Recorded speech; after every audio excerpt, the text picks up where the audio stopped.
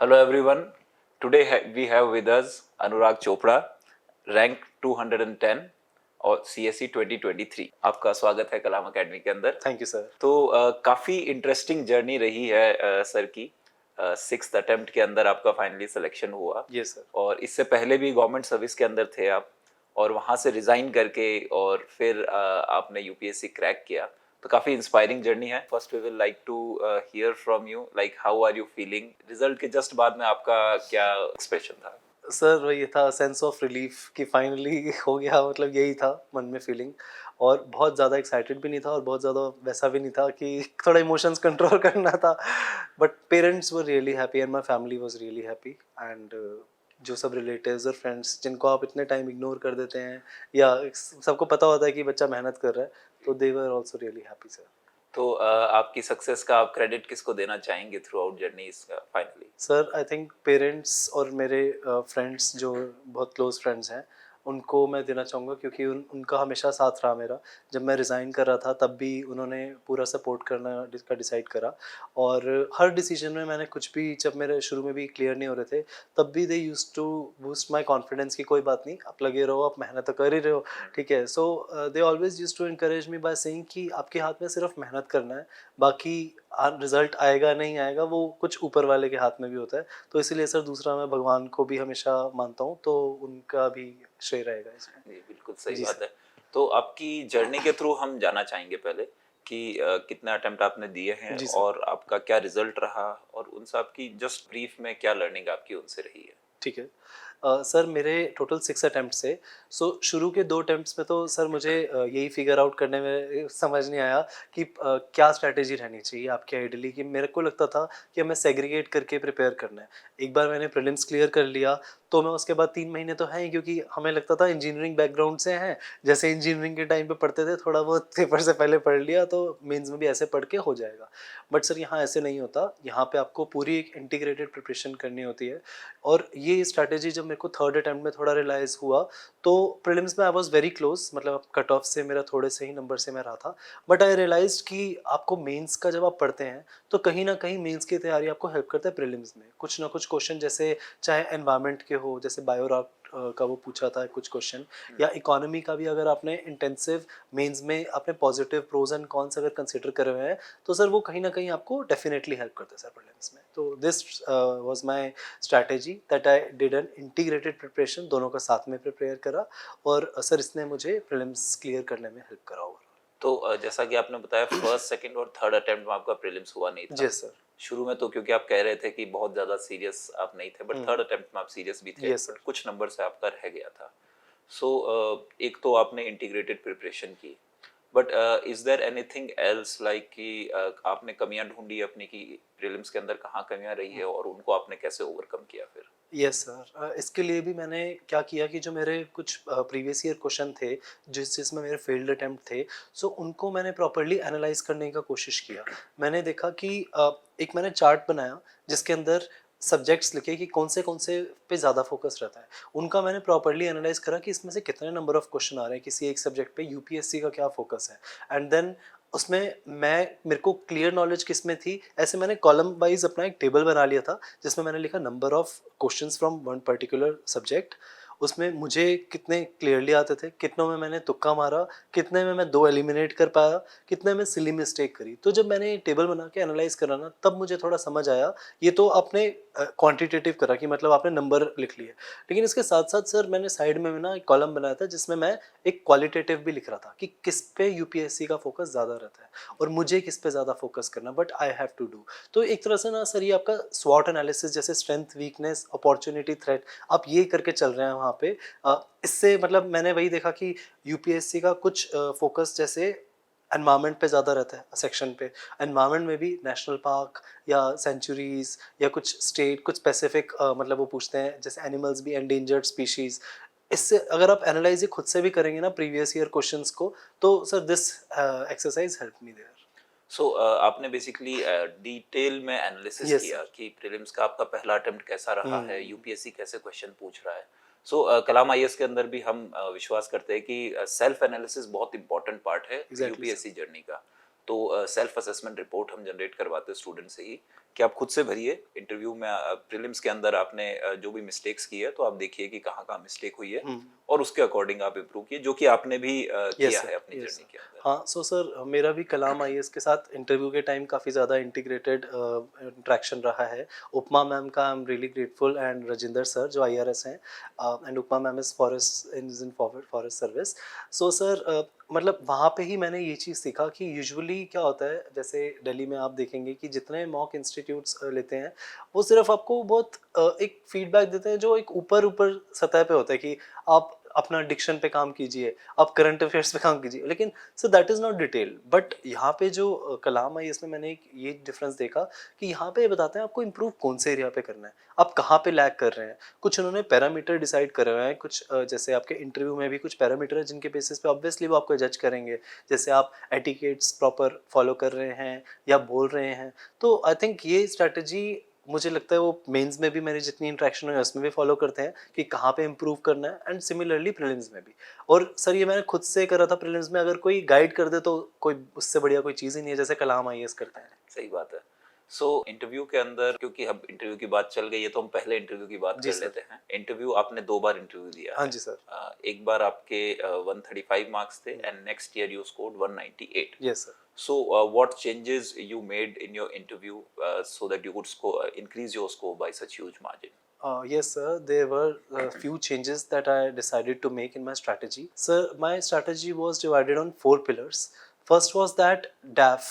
DAF is such an important part of your preparation for interview. It is the detailed application form that we have to fill for UPSC interview.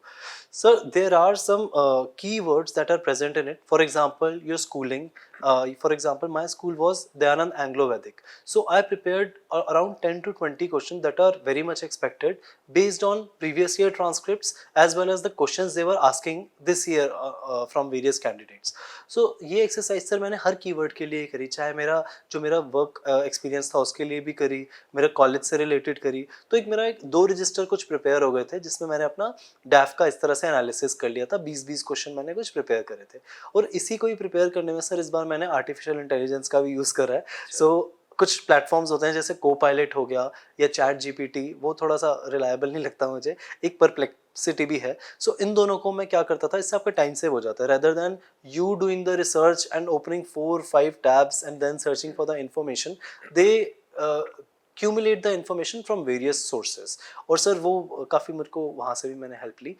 एक तो ये हो गया डैफ का pillar. Sir दूसरा pillar था मेरा current affairs को, क्योंकि यूपीएससी के अगर आप देखेंगे जो इंटरव्यू के लिए उन्होंने गाइडलाइंस दी हैं उसमें दे हैव मेंशन क्लियरली कि they want a candidate who has interest in current happening which is around their region, international as well as national affairs. So sir उस पर आपको डेफिनेटली फोकस करना पड़ता है। सो इस बार सर मैंने 3 न्यूज़पेपर पे किया था। पहला न्यूज़पेपर एक तो मेरा इंडियन एक्सप्रेस मेरा बेस था, उसको मैं थॉरली पढ़ता था। उसमें explained page as well as जो आपका एडिटोरियल होता है उस वो बहुत अच्छे से चीज़ों को एक्सप्लेन करता है और एक ओपिनियन फॉर्म करने में भी हेल्प करता है जो बहुत ज़रूरी होती है।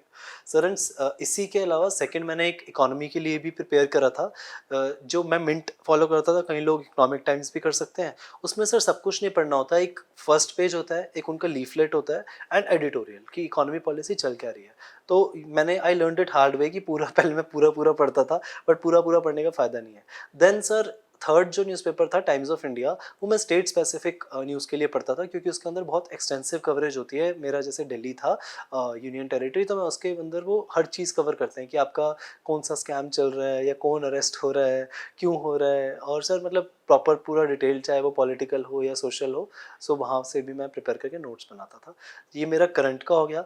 सर थर्ड एक स्टैटिक पिलर भी है जिसके अंदर जैसे कुछ सेक्शंस में से ना वो टेस्ट करते ही हैं आपकी नॉलेज, कितना भी कहो कि ये पर्सनैलिटी टेस्ट है, आपकी पर्सनैलिटी जज होगी, बट सर सिर्फ पर्सनैलिटी जज नहीं होती, rather they test you on your knowledge also. So sir वहाँ पे इकोनॉमी के लिए मैंने कुछ अपने बेसिक्स जो मैंने पढ़े थे उनको रिवाइज़ करा, एनवायरनमेंट का थोड़ा रिवाइज़ करा, पॉलिटी और साइंस एंड टेक, क्योंकि मेरा बैकग्राउंड फिजिक्स है तो मैंने 4-5 सब्जेक्ट शॉर्टलिस्ट किए थे और सोशियोलॉजी भी थोड़ा सा, तो मैंने कहा कि इनको मेरे को थोड़ा रिवाइज करना है। देन सर ये तो आपकी पढ़ाई और प्रिपरेशन का हो गया, लेकिन it will be futile if you are not practising these things. कहीं लोग मिरर प्रैक्टिस करते हैं, मैंने क्या किया था, मैंने लैपटॉप पे ही रिकॉर्ड करता था अपना सेशन 30 मिनट्स या 40 मिनट्स का। I had given this question bank जो मैंने अपना प्रिपेयर करा था टू माई फादर और my brother, and they use to ask me question almost every day. So sir, that helps in improving how you speak, how you articulate, and how you answer the question within 35 to 40 seconds, क्योंकि sir इतना ही span होता है, मतलब उनका अगर सही बताया जाए तो, है ना। और थोड़े बहुत मैं मॉक्स भी सोचा था कि मॉक्स और 1-to-1 सेशन लूंगा, तो सर ये मेरा पूरा प्लान था इंटरव्यू के लिए। सो काफी होलिस्टिक आपकी प्रिपरेशन रही जी इंटरव्यू सर। की, और जो मार्क्स में रिफ्लेक्ट भी करती है एक्चुअली। तो टू समराइज, आपने बेसिकली 4 पिलर्स बताए। First pillar is of current affairs, की current affairs is very important. जी sir. Then you talk about DAF, कि डैफ के ऊपर बहुत डिटेल में क्वेश्चंस आप जनरेट 10 to कीजिए हर एक 20 पार्ट। 10 to 20 प्रिपेयर कर लीजिए, जो based on previous year transcripts या जो आपको लगता है कि इंपॉर्टेंट है थोड़े। ठीक है। And the third pillar is related to static part, Yes, कि sir. वो भी आपको अच्छे से प्रिपेयर करना है। एंड द बिल्कुल। Fourth most important is the practice, practice. कि मिरर के सामने बैठ के अपने घर वालों के साथ में, फ्रेंड्स के साथ में, किसी एग्जैक्टली के सर। साथ बैठ के क्वेश्चंस का आप आंसर कीजिए। Yes sir. सो ये काफी अच्छी होलिस्टिक प्रिपरेशन रही है आपकी इंटरव्यू की। So coming back to mains, Yes, जैसे sir. हम स्किप कर गए थे मेंस को, तो मेंस आपने 3 बार दिया है। जी सर। और तो मेंस के अंदर आपका क्या एक्सपीरियंस रहा है, और कैसे आपने मार्क्स इंप्रूव किए हैं मेंस के अंदर? Yes sir. सो सर, जब मेरे को रियलाइज़ हुआ कि एक इंटीग्रेटेड आपको अपना प्लान बना के चलना है बाय थर्ड अटेम्प्ट, तो तभी से मेरी ये कोशिश रहती थी कि प्रीलिम्स से पहले आपके most of the main syllabus cover हो जाना चाहिए, बिकॉज एज आई सेड कि it helps you in your prelims paper also.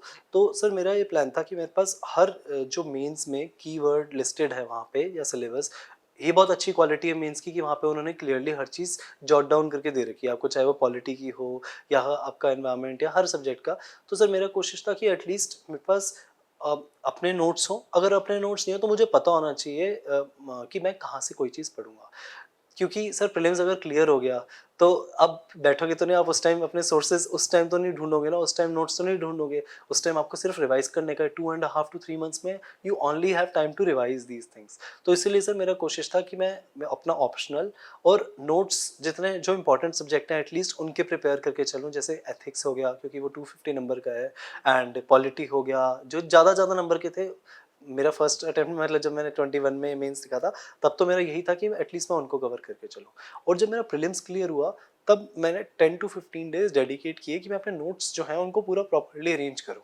उनको मैंने 2 पार्ट में डिवाइड करा था कि मेरे प्राइमरी सोर्स हर सब्जेक्ट के मैंने उनको प्रॉपर्ली लिस्ट करा था एक चार्ट बना के कि मेरे ये होंगे, और उसको मैंने पेस्ट करा था कि इससे ज़्यादा मैं कर नहीं सकता रिवाइज, और फ़ायदा भी नहीं है सर, क्योंकि अल्टीमेटली आपको एक ही सोर्स को बार बार रिवाइज करना है। एंड सर थोड़ा मैंने उसको टेस्ट भी करता था, जैसे मेरा एक सब्जेक्ट कंप्लीट हुआ तो मैं जाके टेस्ट प्रैक्टिस कर लेता था। तो ये तो आपने बताया कि प्रिपरेशन की पढ़ाई कहाँ कहाँ से करनी जी है, सर। बेसिकली कि रिसोर्सेज लिमिटेड रखना है और मल्टीपल रिविजन्स जी करना सर। है और पूरा सिलेबस कवर करना है आपको, और उसमें भी जो ज़्यादा इंपॉर्टेंट है उसको ज़्यादा अच्छे से उसको कीजिए। हाँ। तो coming to the execution part, की आंसर राइटिंग के ऊपर आपका कितना फोकस था, और किसी को भी आप कितना सजेस्ट करेंगे कि इतने आंसर्स आप लिखिए कम से कम? जी sir, answer writing is I think very integral part, because that is what segregates you from the candidate who are getting good marks in the mains. Okay, so sir इसके अंदर मैं भी कोशिश करता था कि मैंने जैसे शुरू में ही एनरोल कर ली थी फुल लेंथ टेस्ट से, जब मैं तैयारी कर रहा था तभी, जैसे कुछ सीनियर्स की एडवाइस सुन के। बट सर आई रियलाइज कि उससे ना मेरा मोरल डाउन हो रहा था, मैं टेस्ट टाइमली नहीं लिख पा रहा था, सिलेबस ही कंप्लीट नहीं हुआ था, मैं स्ट्रगल कर रहा था उस टाइम। तो सर इसी को मैंने अपना चेंज करा कि मैंने डेली आंसर राइटिंग करने की कोशिश करी। और सर एक कोर्स में मैंने एनरोल कर लिया, कहीं लोग ऑनलाइन वेबसाइट पे भी जैसे डेली आंसर डालते हैं, कुछ इंस्टीट्यूट्स भी डेली प्रोवाइड करते हैं। तो सर मैं डेली, मेरा ये कोशिश रहती थी कि मैं एटलीस्ट 2 जीएस के आंसर लिखूं और 2 ऑप्शनल के आंसर लिखूं। तो इससे आप एटलीस्ट रेगुलरली अपना कुछ जो आपने पढ़ा है उसको आप टेस्ट भी कर रहे हो, है ना, कि आप कहाँ पे इम्प्रूव कर सकते हैं, एंड फीडबैक भी सीख कर रहे हो कि आप whether your sources are right और not, and whether you are going in the right direction जो चाहिए आपका, जिस पे यूपीएससी आपको नंबर देगा। तो और सर बाकी मैं कुछ टॉपर्स के भी आंसर्स देखता था कि वो किस तरह से लिख रहे हैं या वो कौन सी चीज़ें इनकॉर्पोरेट कर रहे हैं अपने आंसर में। तो ये सर मेरा शुरू में प्लान ये होता था, जब मैं कुछ एटलीस्ट हाफ सिलेबस कवर हो गया या एक सब्जेक्ट कवर हो गया, तब मैं सेक्शनल टेस्ट उसका बाद में लगा लेता था। तो आपने बेसिकली जो टेस्ट देने का एक इनर्शिया होता है जी स्टूडेंट सर। के अंदर, उसको ब्रेक करने के लिए हाँ। आपने डेली आंसर राइटिंग किया यस सर। और उससे आपको इम्प्रूवमेंट भी फील हुआ काफी। Okay, सर क्योंकि कुछ ना करने से बेटर है कि आप कहीं से तो शुरू कुछ कर तो रहे हो, करें, तो सही बात इसीलिए है। मैंने यही सोच के मैंने कहा कि 2 लिख और लिख। सही बात है। सो इंटरव्यू पे हम वापस आते हैं। इंटरव्यू के टाइम पे जब कलाम आईएएस ने आपको कांटेक्ट किया था तो शायद आपके फादर से बात हो रही थी जी उस सर। वक्त, जी तो सर। कम्युनिकेशन उन्हीं से होता था। तो उसके पीछे की क्या स्टोरी है, क्या कारण है, आप शेयर करना चाहेंगे हाँ तो? सर, बिल्कुल। सर एक्चुअली फ़ोन जो है आपको पता है कि is one of the most useful resource also and distraction भी है सर उसका। तो सर मेरे को बहुत ज़्यादा उस टाइम डिस्ट्रैक्टिंग लगता था and sir because last experience मेरा इंटरव्यू का थोड़ा पुअर रहा था एंड मेरे नंबर कम थे। तो सर मैं बहुत ज़्यादा फ़ोकस करना चाह रहा था कि मैं अपनी तरफ से कोई कमी, कुछ भी कसर ना छोड़ूँ। तो सर इसलिए मैंने अपना फ़ोन तो ऑफ कर दिया था और मेरे फ्रेंड्स को पता था। तो दैट इज़ व्हाई मैंने सिर्फ़ अपना फ़ादर का नंबर, चाहे वो इंस्टीट्यूट्स हों या मेरे फ्रेंड्स हों, तो I had shared that with him, which very I am fortunate कि मेरे फादर भी गुस्सा नहीं हुए कि अगर आपको फ़ोन आ रहा है किसी और का पिक करना पड़ रहा है मीटिंग में भी, तो उन्होंने भी साथ दिया सर बहुत ज़्यादा। तो आई थिंक सर यही मेरी स्ट्रैटेजी थी कि डिस्ट्रैक्ट नहीं होना उस टाइम बिल्कुल फ़ोकस्ड रहना है। मान लो कोई दोस्त अगर पार्टी के लिए बुला रहे हैं, प्लान कर रहे हो, सर फिर मन तो वहाँ रहेगा ना आपका। सही तो बात। मेरा ये मतलब आइडिया था कि मन वहाँ नहीं जाना चाहिए, अब यहीं रखो पूरा मन। इसके लिए आपने कुछ और भी चीजें बताई थी कि कुछ एप्लीकेशंस आपने शायद इंस्टॉल की थी हाँ जी जिससे सर। फोकस तरीके से या फिर फोन का यूज बेसिकली कम कर सके, जी सर। अगर आप वो शेयर करना चाहेंगे तो? हाँ सर, बिल्कुल। सर एक तो मैंने अपने लैपटॉप में, क्योंकि जब भी आप पढ़ रहे होते हैं यूट्यूब पे या कहीं क्लासेस देख रहे हैं, ऑनलाइन क्लासेस, तो आपकी टेंडेंसी होती है आप थोड़े बोर हुए तो आप यूट्यूब पे चले जाते हैं और आपको पता नहीं लगता कि देखते-देखते वीडियोज़ आपका 1 घंटा बीत गया, स्ट्रैटेजी वीडियो देखते ही 2 घंटे चले गए। तो सर कुछ ऐप्स आती हैं, एक है वन फोकस जो मैकबुक के लिए होती है, ऐसे ही शायद उसके लिए भी आती होगी, मुझे लगता है माइक्रोसॉफ्ट के लिए भी। तो सर मैंने वो इंस्टॉल कर ली थी, उससे क्या होता है कि आप वो ना कुछ ड्यूरेशन के लिए एटलीस्ट 5 या 6 आवर्स के लिए ब्लॉक कर देती है उस ऐप को, आप बिल्कुल खोल ही नहीं सकते। तो मैंने यूट्यूब हो गया, टेलीग्राम हो गया या इस तरह की जो ऐप मुझे लगता था कि मैं ज़्यादा वहाँ पे न्यूज़ पढ़ने जा रहा हूँ, तो मैं उनको बिल्कुल ब्लॉक कर देता था ताकि मेरा फ़ोकस्ड रहे। मैं अगर क्लासेस देख रहा हूँ तो मैं ढंग से क्लासेस देखूँ उन 6 आवर्स के लिए, ठीक है सर? तो मेरा ये कोशिश रहती थी, ये तो ऐप का हो गया। और दूसरा सर एक मैं प्लानर लेके चलता था। कई लोग ऑनलाइन भी करते हैं, जैसे गूगल कैलेंडर पे या उस पे अपना प्लानर बना लेते हैं। लेकिन सर वो मुझे फिज़िकल ठीक रहता था, मेरे पास होता था। उसमें सर पूरे वीक का मैं थोड़ा-सा पहले ही एक आइडिया लेके चलता था। मान लीजिए मुझे पॉलिटी करना है 5 डेज़ में, तो मैं रात में सोने से पहले ही अपने टारगेट्स लिख के सोता था कि मुझे ये आज करना है, और जैसे-जैसे मेरे हो जाते थे, मैं रात में सोने से पहले उनको टिक भी लगाता था। तो सर इससे एक बूस्ट मिलता है कि आप ठीक डायरेक्शन में जा रहे हो और पढ़ रहे हो और कर रहे हो, कुछ अचीव कर रहे हो, डेली डोपामाइन रिलीज़ होता है सर। तो तो आपने डिस्ट्रैक्शंस के लिए फोन को हटा दिया जी सर। और ज्यादा फोकस बना रहे उसके लिए वीकली और डेली प्लानर्स भी आपने अलग से बनाए, यस सर। तो इससे आपकी काफी स्ट्रीमलाइंड प्रिपरेशन बिल्कुल रही सर। होगी। Yes sir. So coming back to mains again, काफी हौच पौच हो रहा है हमारा कोई बात इंटरव्यू नहीं mains sir. Interview mains, but coming back to mains again, आपने जो लास्ट अटेम्प्ट आपका रहा है, तो इसके अंदर आपने क्या चेंजेस किए compare to previous attempt? So sir my previous attempt I was able to score decent marks, but मेरी कोशिश थी कि थोड़ा और इम्प्रूव करूं।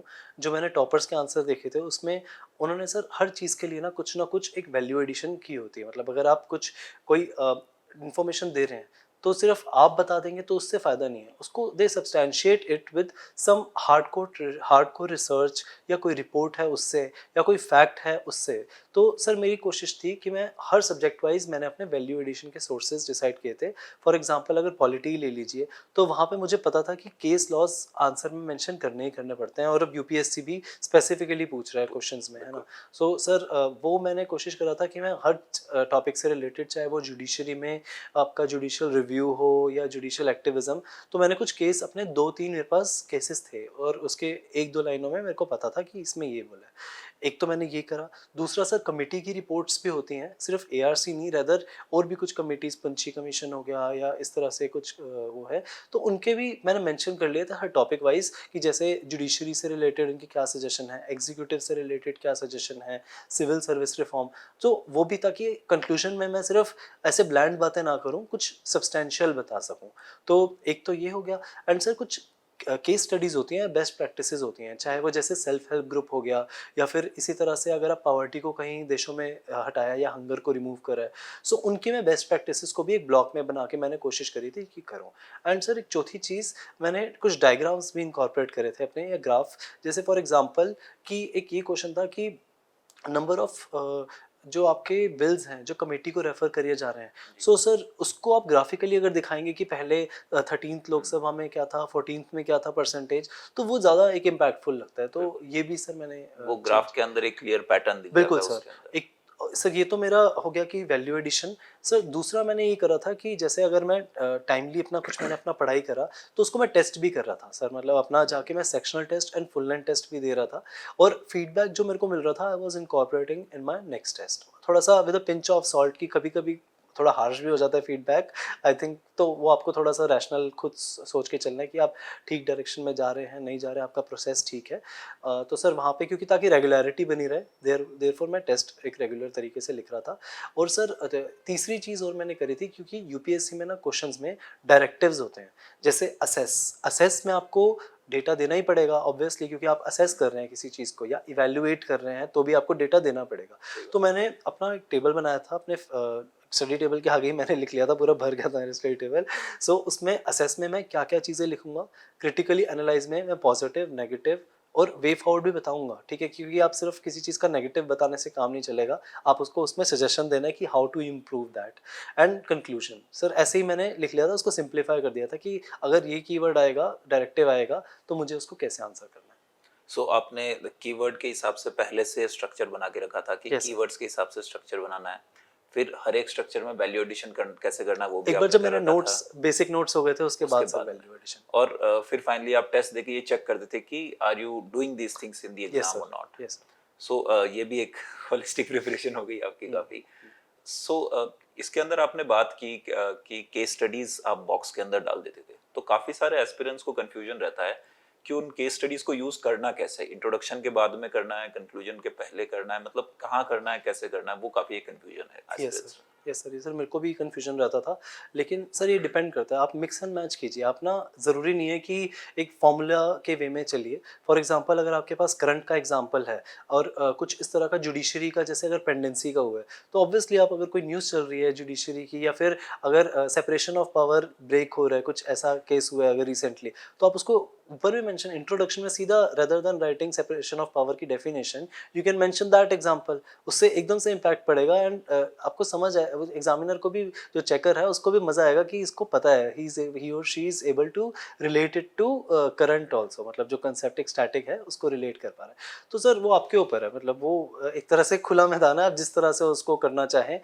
कई लोग उस एग्जांपल्स को इंट्रोडक्शन में यूज़ करते हैं, कई बॉडी में यूज़ करते हैं, एंड सर केस स्टडीज़ को भी कई इमीडिएटली इम्पैक्ट लाने के लिए उसको इंट्रोडक्शन में यूज़ कर लेते हैं, या कंक्लूजन में भी यूज़ कर लेते हैं, या इवन वे फॉरवर्ड में भी आप यूज़ कर सकते हो कि just like this self help group, कोई भी एक जैसे Jeevika was able to do the same can be replicated in whole of India, ऐसे आप कर सकते हैं, ताकि एक पॉजिटिव माइंडसेट दिखे। इससे आप कंक्लूड अगर इस लाइन पे करेंगे तो वो बहुत वहाँ पे भी इम्पैक्ट रहता सो आप कह रहे हैं कि इसको थोड़ा फ्लेक्सिबल है। बिल्कुल अप्रोच सर, रखें तो डिपेंडिंग ज्यादा ऑन द बेटर है। डिमांड ऑफ द क्वेश्चन कि जी, उसमें वो पूछ क्या रहे हैं। आपने लास्ट अटेम्प्ट के अंदर रिजाइन कर दिया था, जी सर। तो जनरली हम देखते हैं कि लोग 3-4 अटेम्प्ट के बाद में प्लान बी ढूंढते हैं। आपका प्लान बी पहले से तैयार था, आपने उसको हटा दिया। तो इसके पीछे की आपकी क्या थॉट प्रोसेस थी, उसको शेयर करना चाहिए। यस सर, सर बिकॉज मेरे first 2 attempts because of this comfort, क्योंकि मेरे पास एक ऑलरेडी प्लान भी था और एक जॉब था, उसकी वजह से मैं सीरियसली नहीं दिया था। तो सर वंस आई रियलाइज्ड कि आई हैव द कैलिबर, मैं कर सकता हूँ, और मेरे मार्क्स में ठीक ठाक आ रहे थे, तो I took a very calculative and proper step, जब मेरे को लगा कि मैं, sir because a lot of thing are at stake, जब आप यूपीएससी का प्रिपेयर कर रहे होते हैं तो आप लाइटली तो प्रिपेयर ऑब्वियसली नहीं करेंगे। सो इसलिए मैंने कहा सर नहीं ठीक है, अब करना है पूरा सीरियसली, दम लगा के मेहनत करनी है, और रिग्रेट नहीं रहना चाहिए सर लाइफ में। मेरा एक ये अप्रोच था कि मैं पूरा अपनी बेस्ट दूंगा, so that I don't have any regret. और जॉब सर मेहनत करोगे, या कुछ अगर आप यूपीएससी की तैयारी करते हो, तो कुछ ना कुछ तो आप इतने केपेबल हो जाते हो that you are able to do something और अदर इन लाइफ। तो आपका थोड़ा सेल्फ कॉन्फिडेंस था और at Yes, the same time आपकी जो पूरी स्ट्रेटेजी रही है कि फोकस एक चीज पे होना चाहिए। बिल्कुल सर। तो फोन हटाना, जॉब हटाना और फिर सिर्फ एग्जाम देना, ये एग्जैक्टली सर। आपका एक काफी माइंडसेट दिख रहा है आपकी हाँ सर, प्रिपरेशन में। मतलब मुझे लगता है कि अगर आप मस्ती करो तो पूरी ढंग से मस्ती करो, और अगर अगर एग्जाम के लिए पढ़ रहे हो तो ढंग से पढ़ो। बिकॉज सर यहाँ पे चीट करना, आप खुद के साथ चीट कर रहे हो, खुद के टाइम के साथ, अपने फ्रेंड्स के साथ, you are cheating everyone else. तो ये एक दिमाग में रहता है। और सर जब एंजॉय करना तो उसका भी टाइम आएगा, तब कीजिए एंजॉय। एंजॉय से मुझे याद है, आपने हॉबीज में लिखा है आपको ट्रैवल करना काफी पसंद है। जी सर। तो आप अभी तक सबसे अच्छी अच्छी, अगर आप best places to visit in India तो बताइए आप कौन सर सी इंडिया अच्छी में लगी तो आपको? Every place is very unique, and India is so diverse कि आपको कहीं ना कहीं कुछ, चाहे वो कुजीन हो या वहाँ का कल्चर हो, वहाँ के लोग हो, कुछ ना कुछ आपको सीखने को मिलेगा सर। ऐसे इनक्रेडिबल इंडिया नहीं बोलते इसको। सही बात। तो बट सर फेवरेट में पूछ रहे हैं तो मुझे सर मेघालय बहुत अच्छा लगा, बिकॉज जी। Of its natural and pristine beauty. वहाँ पे सर जो क्लीनलीनेस पे बहुत ज़्यादा फोकस रहता है उनका। सो एक विलेज है मोलिंगोंग जो बहुत ही क्लीनेस्ट विलेज में आता है। जी। वहाँ पे मैं देखता था लोग खुद ही वहाँ पे अवेयर हैं, वो अपने घर के आसपास दूसरों के घर के आसपास झाड़ू लगा रहे हैं। एंड सर वहाँ पे सर क्लीनेस्ट एक लेक भी, रिवर भी है, डॉकी। वहाँ पे आप नीचे आपको फ्लोर दिखता है, मतलब जब आप उसमें अंदर जाते हैं आपको अपनी रिफ्लेक्शन दिखती है। तो सर इतना मतलब अच्छा एक्सपीरियंस था वहाँ पे, नेचुरल ब्यूटी बहुत ज़्यादा सुंदर है। और सर दूसरा एक अंडमान एंड निकोबार भी मेरा बहुत मेमोरेबल एक्सपीरियंस था। Okay. So finally moving forward to last question, कि जो फ्यूचर एस्पिरेंट्स है या फिर जो 24 या 25 में, स्पेशली 25 में जो देना चाहेंगे, तो उनके लिए क्या सजेशंस है, some dos and don'ts and pillars of this strategy? कि एक तो सर पहली बात आपके पास एक डायरेक्शन आपको पता होनी चाहिए कि आप कौन सी डायरेक्शन में जा रहे हो। फॉर एग्जांपल आप जयपुर में ही अगर किसी एक जगह से दूसरी जगह जाना है तो ऑब्वियसली आप जीपीएस का देख के ही जाएंगे। सो ये तो आपका करियर का डिसीजन है, तो इसीलिए you should have a very clear plan in your mind कि मैं 2 अटेम्प्ट या 3 अटेम्प्ट्स बिल्कुल सिंसियरली दूंगा या दूंगी। फिर उसके बाद मैं कुछ प्लान भी कंसिडर करेंगे, ठीक है। सो वो आपके ऊपर है सर, जो आपको खुद से एक मेकअप करके चलना पड़ेगा, मेंटल मेकअप। एंड सर दूसरा ये कहूँगा कि आपके पास अगर आपने एक बार स्ट्रैटेजी बना ली तो उसको प्लीज़ शिफ्ट मत कीजिए। कोई भी आप टॉपर की वीडियो देख रहे हैं या किसी ने टीचर ने आपको कहा, हैव फेथ ऑन योरसेल्फ। आपने शायद खुद से बहुत सोच समझ के ही बनाई होगी, किसी टीचर से कंसल्ट करके या मेंटर से कंसल्ट करके बनाई होगी। तो उस पर शिफ्ट मतलब फिक्स रहिए और बार बार शिफ्ट मत कीजिए। थोड़ा सा अगर आपको चेंजेस करना है, मॉडिफिकेशन करना है, दैट इज़ फाइन, जो आप कर सकते हैं, बहुत ज़्यादा हार्ड नहीं रह सकते। तो सर इसमें एक बेसिक प्लान मैं यही बताना चाहूँगा कि शुरू में तो एनसीईआरटी सर आपका सबसे इम्पोर्टेंट बेस होता है। जी। उसी के बेसिस पे ही आई थिंक आपका एक पिलर, आपका बेस फाउंडेशन तैयार होता है। तो सर एनसीईआरटी के लिए एटलीस्ट 1-1.5 मंथ सिंसियरली, जो कुछ एनसीईआरटीज़ हैं जो सबको पढ़नी पड़ती है, जैसे 11th की पॉलिटी की एनसीईआरटी हो गई, 11th की ही ज्योग्राफी की भी मुझे ठीक लगी थी, 11th की इकोनॉमी की, एंड सर हिस्ट्री की कई लोग करते हैं, मैंने तमिलनाडु की करी थी। तो फ्यू एनसीईआरटीज़ आर देयर जो आपको करनी ही करनी है रेफ़र, उनको ढंग से एक बार पढ़िए। एंड सर वो करने के बाद स्टैंडर्ड बुक्स पे एटलीस्ट 2 to 3 मंथ्स कोशिश कीजिए कि आप उनको फिक्स टाइमलाइन में कर रहे हैं कंप्लीट। जैसे पॉलिटी के लिए लक्ष्मीकांत है, एंड स्पेक्ट्रम मॉडर्न हिस्ट्री के लिए है, आर्ट एंड कल्चर के लिए लोग नितिन सिंघानिया करते हैं। तो मतलब वो आपके ऊपर डिपेंड करता है कि आप कौन सी करेंगे, ठीक है। सो सर ये करने के बाद आपको ऑप्शनल भी बाय दिसंबर या जनवरी मिड तक आपको कंप्लीट करना ही करना है। At least 3 to 3.5 months are needed for dedicated preparation of optional, because वही आपकी रैंक जो है अल्टीमेटली आपको रैंक दिलाता है या आपका नाम लिस्ट में लाता है। तो सर 3-3.5 मंथ्स आप या तो क्लासेस लगाएं या खुद से प्रिपेयर कीजिए, और साथ साथ आप नोट्स बनाते चलिए सर उसका। एंड एक और चीज़ कि मॉक टेस्ट अपनी टेस्ट करते रहिए, एंड प्रीवियस ईयर क्वेश्चन को अपना दोस्त बना के चलिए, एंड सिलेबस के साथ स्टिक करके रहिए। ओके, सो काफी अगेन कंप्लीट स्ट्रेटजी है ये, यस सर। और बहुत अच्छा आपसे लगा मिलके कि मतलब आपने हर एक चीज को बहुत मेथोडोलॉजिकली फॉलो किया है, चाहे प्रीलिम्स हो, चाहे मेंस हो, चाहे इंटरव्यू हो, आपने उसको बहुत ऑब्जेक्टिव तरीके से फॉलो किया है। सर वो मतलब वही मिस्टेक कर करके ऐसे मैं वही चाहता हूँ कि people should learn from my mistake. हर चीज़ आप खुद मत एक्सपीरियंस कीजिए, सही बात। And not reinvent the wheel. So जो मैंने मिस्टेक्स करी हैं, you should not repeat them. तो इसीलिए सर मुझे लगता है कि वो मेरी स्ट्रेटेजी इसलिए थोड़ी मॉडिफाई होते होते ऐसी हो गई। तो फाइनली हमें उसका रिजल्ट भी देखने को मिला बिल्कुल है, सर। और we wish you all the best for your future. Thank you बहुत अच्छा लगा आपसे मिलके, सर, और हमें भी। काफी सिंपल और ग्राउंडेड पर्सनैलिटी आप हैं। Thank you. Thank you very much. Thanks sir.